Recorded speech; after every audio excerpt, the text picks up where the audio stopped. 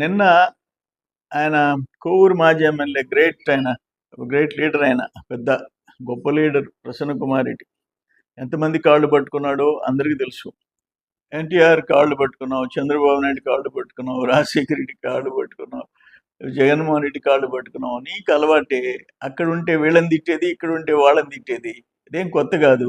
లక్ష్మీ పార్వతి నీకు దేవత, భువనేశ్వరమ్మ అంటే నీకు ఈర్ష్య, ఆమెకు వచ్చే మంచి పేరు. ఆమె హెరిటేజ్ సంస్థ చైర్మన్. ఆమె ఇప్పుడు హెరిటేజ్కి గోల్డెన్ పీకాక్ అవార్డు వచ్చింది. దేశంలో అత్యుత్తమ డైరీగా కొత్త ఉత్పత్తులు చేస్తుందని చెప్పేసి, కొత్త ఉత్పత్తుల ఆవిష్కరణ అని చెప్పేసి వచ్చింది. నిన్న ఆమెకి ఎన్టీఆర్ ట్రస్ట్ మేనేజింగ్ ట్రస్ట్ హోదాలో ఆమె డిస్టింగ్విష్డ్ ఫెలోషిప్ వచ్చింది.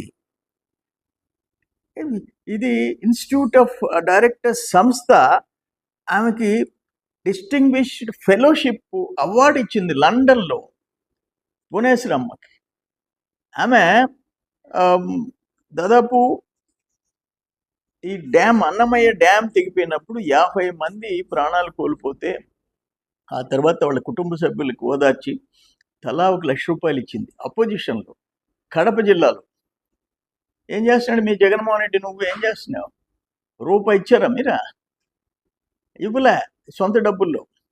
ఆమె చేసే సేవలు, ఎన్టీఆర్ ట్రస్ట్ చైర్మన్గా విద్య, వైద్యం, మహిళా సాధికారికత, విపత్తుల్లో సాయం, రక్తదాన శిబిరాలు, విద్యార్థి సహాయ పథకాలు, తలసేమియా రోగులకి రక్త మార్పిడి.